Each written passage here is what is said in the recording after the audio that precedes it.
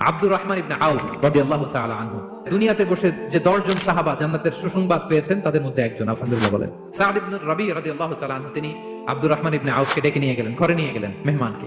এ সাদ, তুমি চিন্তা করো না, তুমি মনে করো না যে তোমার ভরণ পোষণ দিতে আমার কষ্ট হবে। আমি মদিনার সবচাইতে বড় বিজনেস ম্যাগনেট। হে আব্দুর রহমান ইবনে আউফ, আমার যত সম্পদ আছে আমি অর্ধেক তোমার দিয়ে দিব। এখানেই শেষ না, এরপর বলতে লাগলেন, আমার অনেকগুলো স্ত্রী আছে, আমার কোন স্ত্রীকে তোমার ভালো লাগে বলো, তার যদি তোমাকে ভালো লাগে তাহলে প্রয়োজনে তাকে আমি ডিভোর্স দিয়ে দিব, তাকে নিয়ে তুমি সুখের সংসার করবা। আমার ভাই, তুমি যে বলছো সাদ ইবনে রবি, তুমি যে এত চমৎকার প্রপোজাল দিয়েছো, এতেই আমি খুশি। তোমার কোনো কিছুর আমার দরকার নাই, তবে একটা কষ্ট করতে হবে। সেটা কি? মদিনার বাজারটা কোথায় এটা একটু দেখায় দাও। সাদ ইবনে রবি বলেন, এই তো মদিনার বাজার। উনি যে কিছু ঘি কিনলেন, পনির কিনলেন, কিনে বিক্রি করলেন, প্রফিট করলেন। ওই প্রফিট দিয়ে আরো বেশি করে কিনলেন, আবার বিক্রি করলেন, প্রফিট, আবার বিক্রি করলেন, প্রফিট। এই কেনা বেচা করতে করতে 1-2 মাসের মধ্যে উনি মদিনার one of the biggest business magnet হয়ে গেলেন। আল্লাহু আকবার! কি হাড় ভাঙা পরিশ্রমই না তারা করেছে।